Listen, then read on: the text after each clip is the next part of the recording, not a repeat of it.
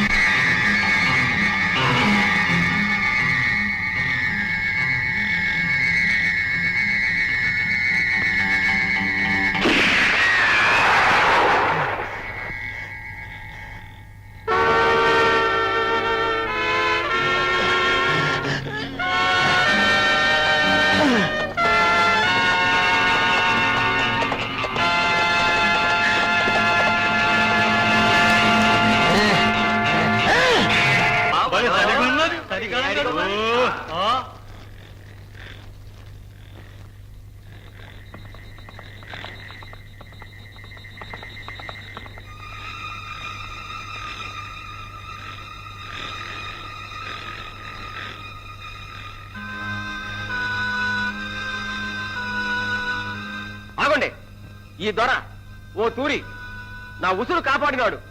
గుడి ఆయన తీసుకుపోతారు, రండి రండి.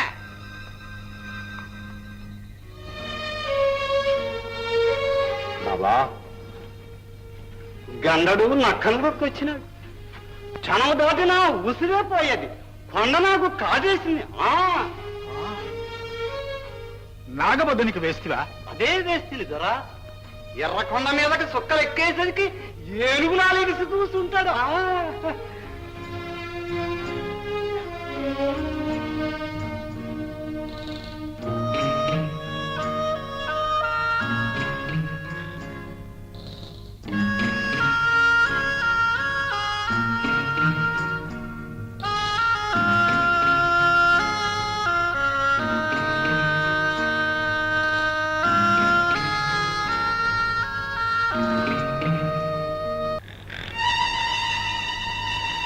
మోతి, జ్యోతి, ఏమిటి ఇక్కడ ఎందుకున్నావు?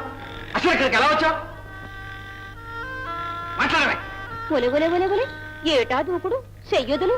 వదలు, ముందు నా ప్రశ్నకు సమాధానం చెప్పు. నచ్చరా? నా గూడానికి వచ్చి మా పెట్టినట్టు కూడా నీకు ఎన్ని గుణాలు ఉన్నావా?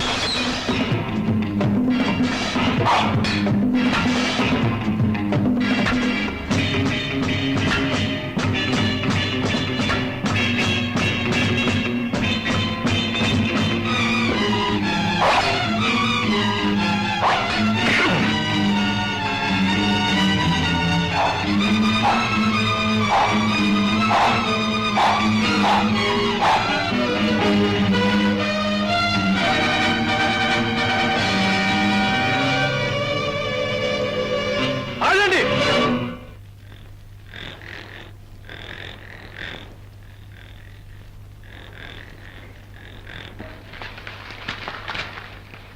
బిడ్డ, ఎందుకే రగడ?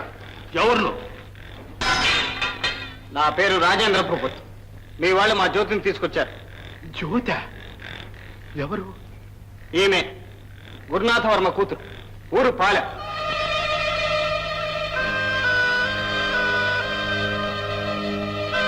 గురునాథవర్మ కూతురా? పాలెమా? బిడ్డ, నువ్వు పొరపడం లేదు కదా? నిన్న ఉదయమే మేమిద్దరం మాట్లాడుకున్నాం. అట్టగా?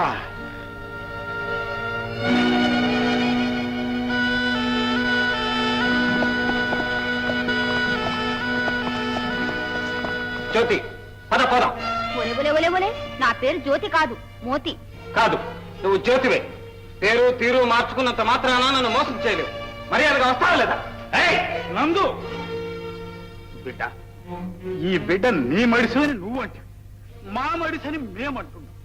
దీనికింత రగడెందుకు? నీ గూట్లో నీ గువ్వ వండా లేదా సూ? వండినా సరే, లేకుండేనా అప్పుడు వచ్చాడు. రా, కాస్త కూడు తిని చల్లబడు. కాదు, నేను ఇప్పుడే వెళ్తాను. నిజం తెలుసుకుంటాను. అక్కడ జ్యోతి లేకపోతే ఎవడంటే వచ్చినా సరే ఈ అమ్మాయిని తీసుకెళ్తాను. ఈలోగా ఈ అమ్మాయికి ఎవడైనా ఏదైనా ఆపద తలపెట్టాడా? జాగ్రత్త.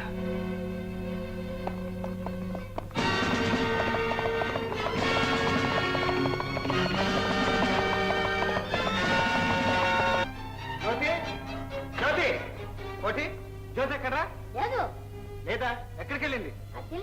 లక్ష్మణ ప్రసాద్ అయ్యా, అంత కంగారు పడుతున్నా బుల్లోడా, ఏంటి కథ?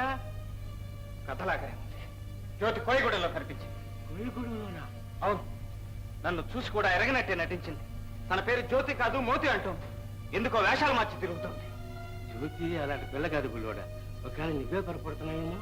లేదు, నేను ఇప్పుడే వెళ్ళి ఆ రహస్యం ఏంటో తేలుస్తాను.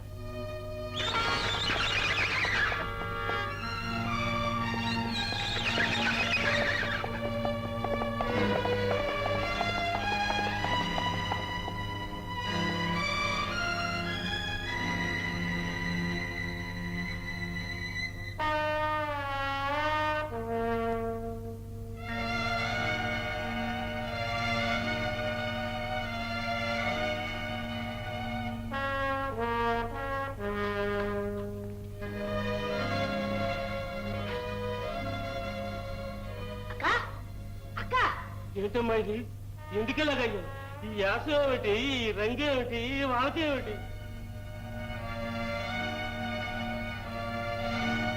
జ్యోతి, మాట్లాడమే.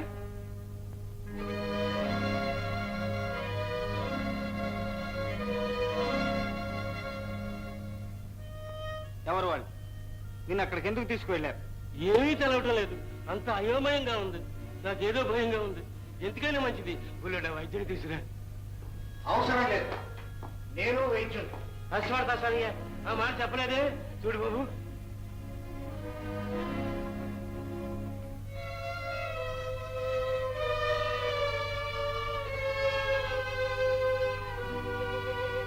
శరీరానికి సంబంధించినంత వరకు వ్యాధి లక్షణాలు ఏమీ లేవు. పోతే మనసుకే ఏదో ప్రమాదం జరిగి ఉండాలి. అంటే దిష్టి దోషం లేక చేతబడో అయి ఉండాలి. అవును, ఇది కోయోళ్ళు చేసిన పనే. వాళ్ళకే ఇలాంటి విద్యలు వచ్చు. అసలు గిసలు పూసి మనుషుల్నే మార్చేస్తారు. ఎందుకైనా మంచిది ఆమె విశ్రాంతి తీసుకోలేండి. కోటి, లోపల తీసుకువెళ్ళు.